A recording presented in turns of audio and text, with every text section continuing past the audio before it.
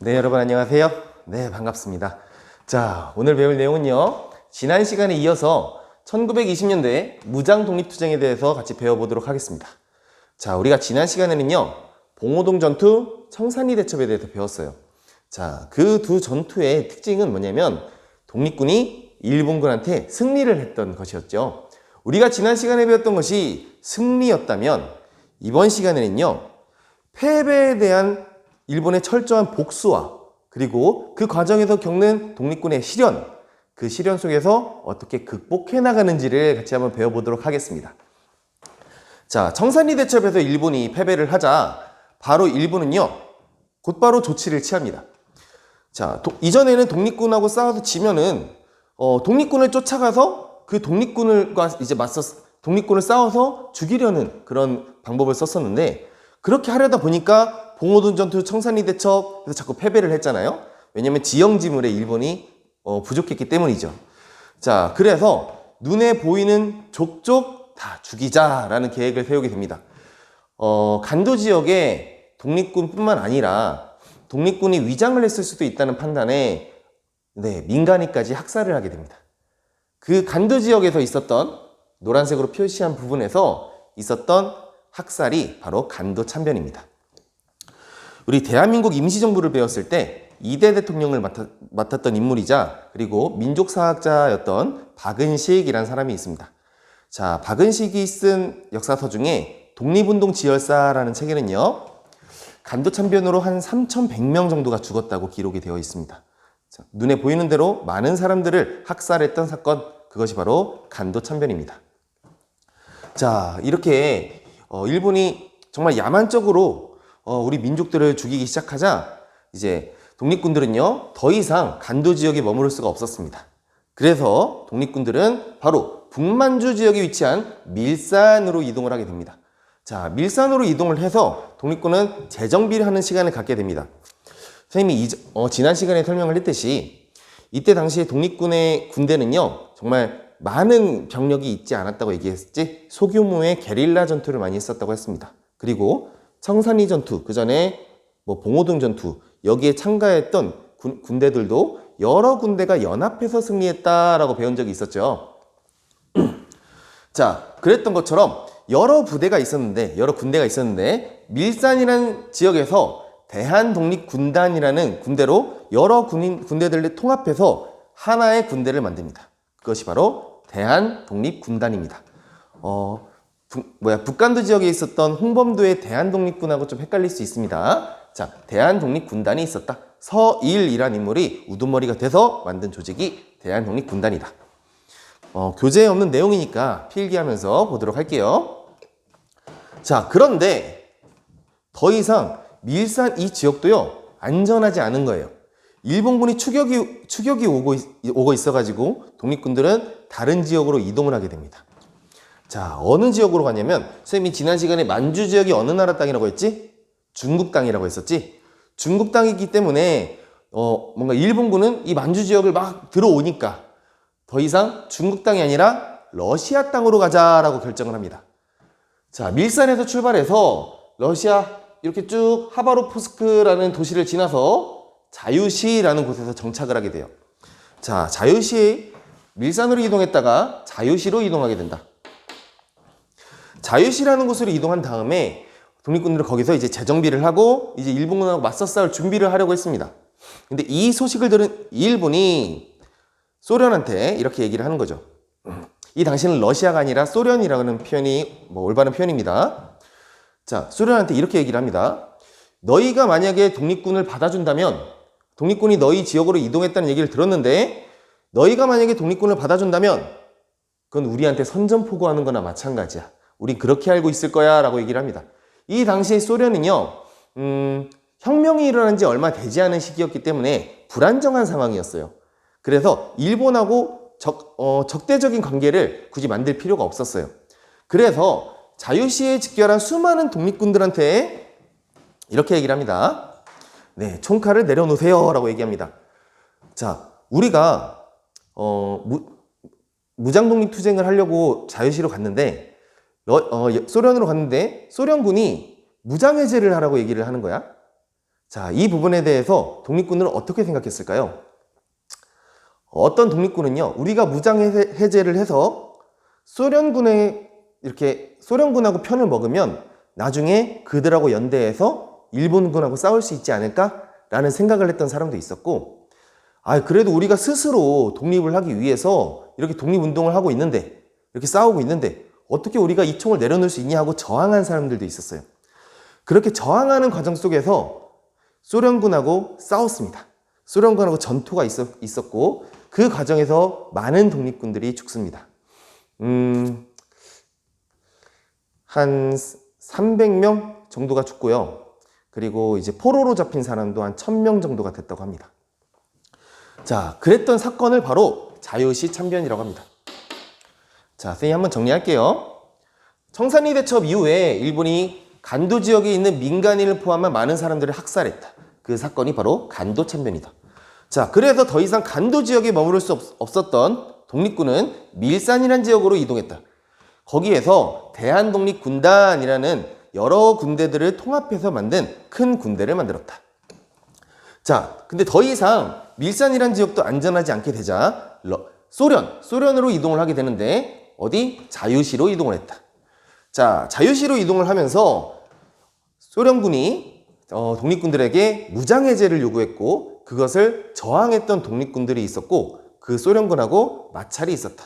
소련군하고 총격전이 있었는데 그 총격전 속에서 많은 독립군이 사상을 했다라고 생각을 하면 되겠습니다. 자, 우리가 지금까지 자유시 참변에 대해서 배웠어요. 자, 이렇게 독립군들이 시련을 겪고 있는 와중에 자, 더 이상 자유시에서도 머무를 수가 없게 되는 거야. 그래서 독립군들은요, 다시 만주 지역으로 돌아옵니다. 다시 만주 지역으로 내려와서 이들은요, 삼부라는 걸 만들게 돼요.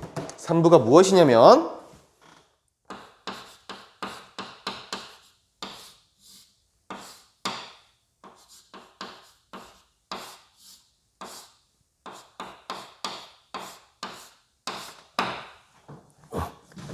선생님이 참정신이라고 적었는데 이 세 곳에 하나의 정부 형식으로 큰 규모의 하나의 기관을 만들게 형성을 하게 됩니다.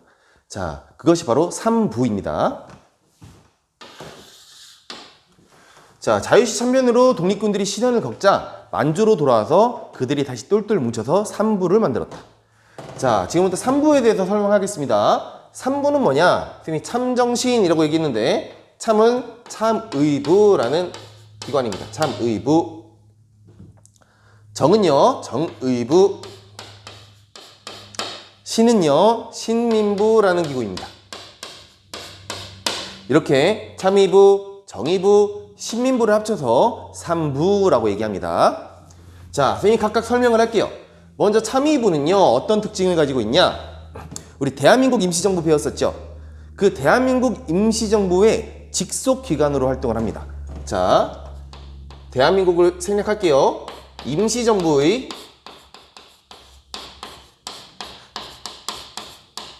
직속기관. 참의부는 임시정부의 직속기관이었다. 자, 정의부는요, 선생님이 이전에 이 인물에 대해서 설명한 적이 없었는데요.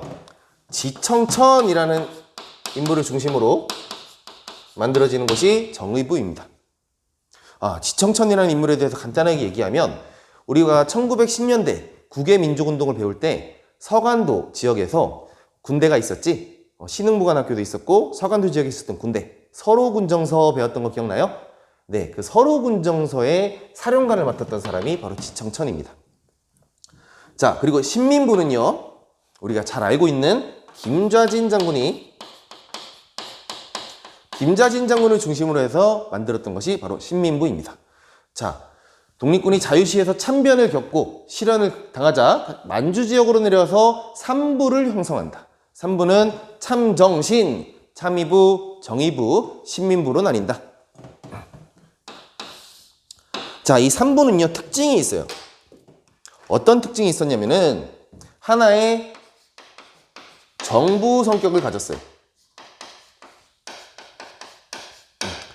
자, 참의부가 관할했던 이 서간도 지역, 남만주 지역이죠. 남만주 지역에서 참의부가 그들을 이제 관리를 하게 되는 하나의 정부 형태로 발전을 하게 됐던 겁니다.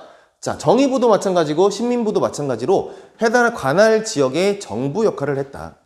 그리고 독립군을 중심으로 만들었던 기관이기 때문에 군정 역할, 군대적인 성격도 있었지만 일반 민간인들도 같이 함께 하는 민정의 성격도 가지고 있었다.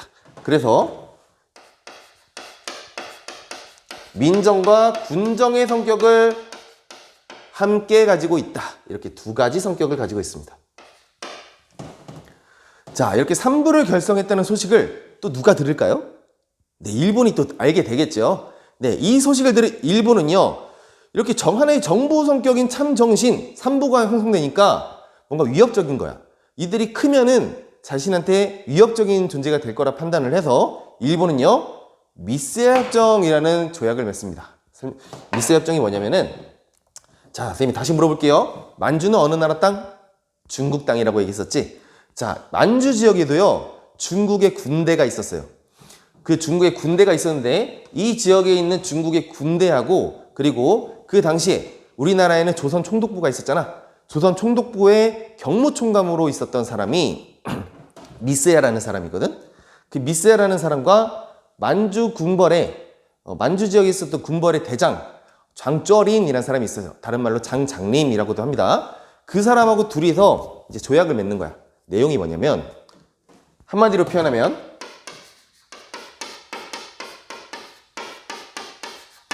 우리 독립군들에게 현상금을 매기는 겁니다.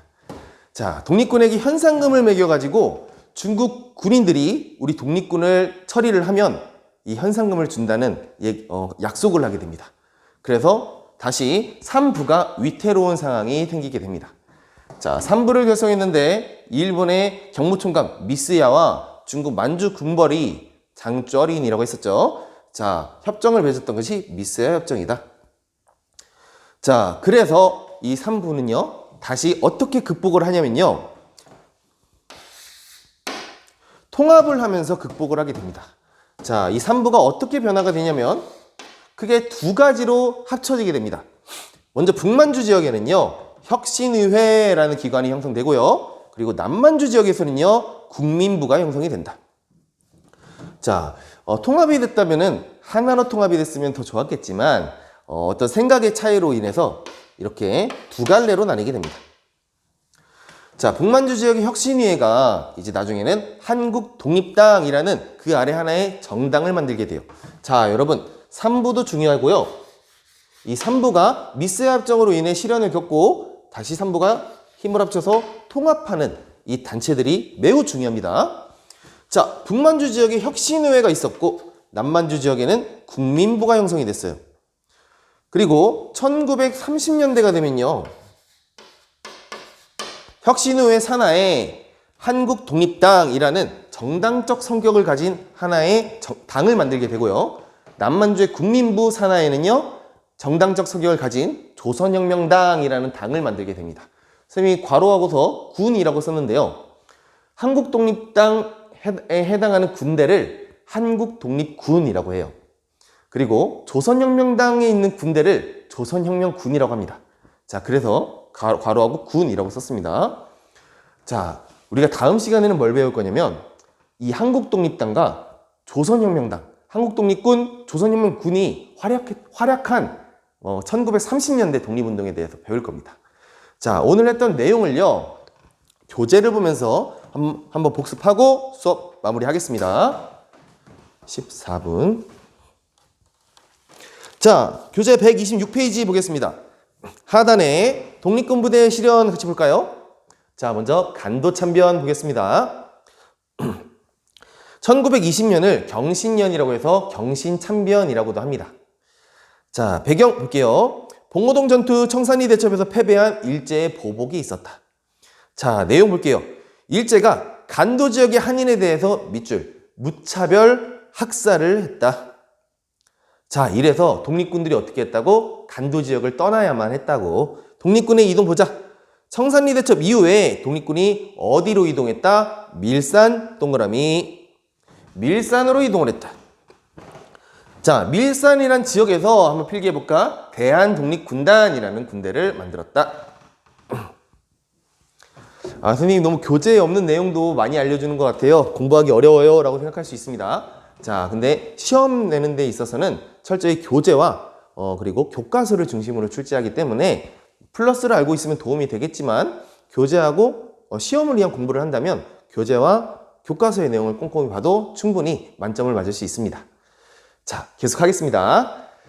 자, 그리고 밀산 지역에서 독립군이 어디로 이동했다고? 자유시라는 곳으로 이동을 했다고 했습니다. 자, 러시아령 자유시로 이동을 하였다. 자유시를 다른 말로 스보보드니라고 합니다. 자, 그 다음으로 보겠습니다. 자유시로 이동을 했는데 자유시에서 일어났던 참극, 자유시 참변이 일어났다. 때는 1921년입니다.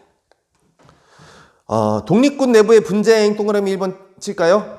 선생님 이걸 설명을 못했네요. 자, 자유시로 이동한 다음에 독립군 내부에서는요, 분쟁이 일어나요.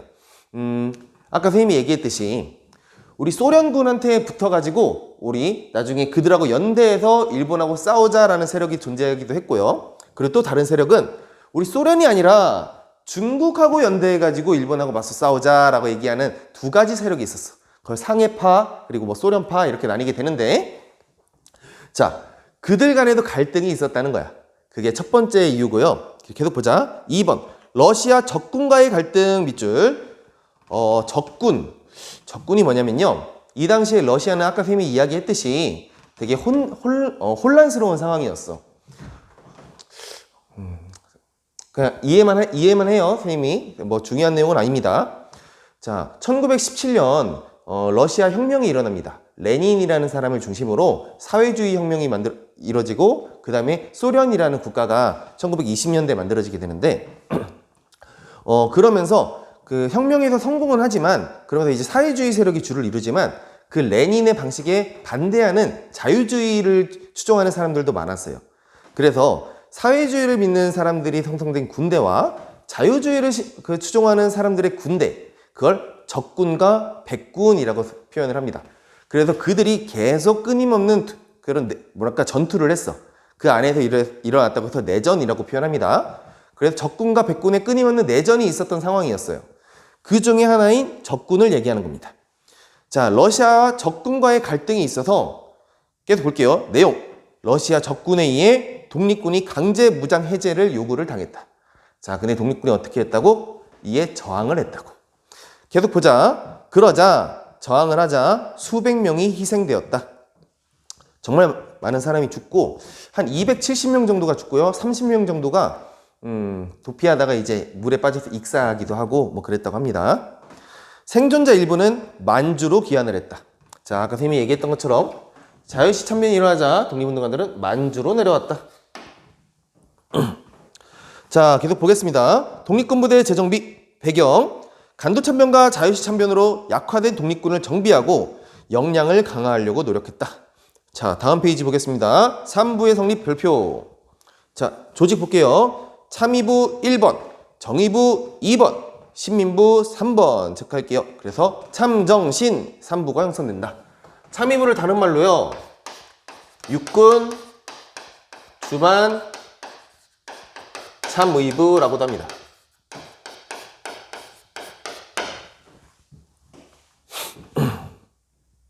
자, 먼저 참의부는요,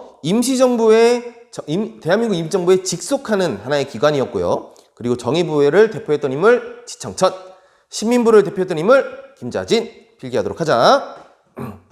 특징 볼게요. 자, 민정기관과 군정기관을 모두 갖췄다. 1번. 그리고 자치정부 성격을 가졌다. 2번. 표시합시다. 자, 3부가 성립이 되자 이 소식을 들은 일본의 대응은요, 바로 미스야 협정이었습니다. 미스야 협정은요, 조선총독부의 선생님이 뭐라고 했지? 경무총감을 맡았던 미스야라는 사람의 이름을 따서 미스야 협정이라고 했다. 그리고 만주 군벌 대표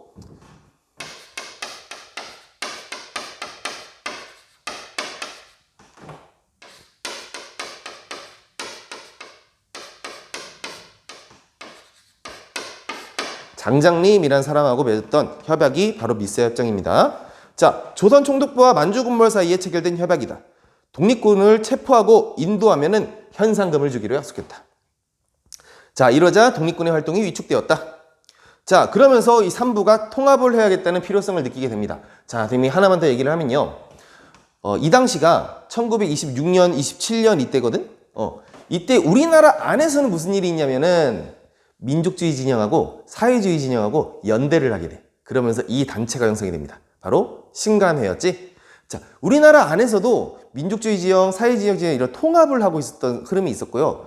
중국에서도요. 이런 사회주의 진영과의 통합이 이루어지는 시기였어. 그래서 3부가 통합되는 그런 주변 상황의 흐름도 있다는 것을 같이 알면 도움이 될 겁니다. 자, 3부 통합운동 보겠습니다. 배경. 국내외에서 민족협동전선 운동이 전개되었다. 밑줄 민족협동전선운동. 이 말이 곧 민족주의 계열하고 사회주의 계열하고 협동을 했다. 민족이 함께 협동했다. 민족협동전선운동. 자, 그러면서 만주 지역에서도 우리 통합하자라는 필요성을 느끼게 됩니다. 자, 결과 볼게요. 북만주 지역에서는요, 혁신의회가 성립된다. 자, 그리고 시간이 지나서 그 혁신의회가 한국독립당이 되고, 그리고 한국독립당 산하의 군대로 한국독립군이 있었다. 자, 남만주 지역에서는 국민부가 형성이 되고요. 국민부에 하나의 당이 만들어지는데 그것이 바로 조선혁명당이다. 조선혁명당 산하에 있던 군대를 당자만 바꿔서 조선혁명군이 만들어집니다. 자, 선생님이 마지막으로요. 오늘 배울 내용은 여기까지 하고요. 마지막으로 선생님 지난 시간에 배웠던 두 명의 인물이 있었죠. 먼저 김자진 장군. 우리가 김자진 장군은 그러면은 우리가 대충 수업을 들었으면 이해를 할 수 있습니다. 아, 저기 청산리에서 활동을 하다가 밀산으로 이동했고, 자유시로 가다가 여기서 참변이 일어나자 삼부라는 지역을 가서 신민부에서 활동을 했던 사람이구나 라는 김자진의 그런 이동 경로는 우리가 알 수 있고요. 지난 시간에 다른 인물도 배웠잖아. 홍범도에 대해서 배웠었지. 홍범도라는 사람은요, 이 자유시 참변이 일어나고요. 여기서 홍범도는 그 러시아, 그러니까 소련하고 이제 연대를 맺자고 주장했던 사람이거든. 그래서 이르쿠츠크라는 지역으로 이동을 했다가요. 여기서 또 어디로 이동하냐면 시간이 지나서 연해주로 갑니다. 홍범도는 연해주로 간다. 자, 그러자 1937년 소련이 연해주에 있었던 한인들을 강제로 이주하는 정책을 하게 됩니다. 그래서 러시아의 그 연해주에 있었던 한인들이 어디로 이동하냐면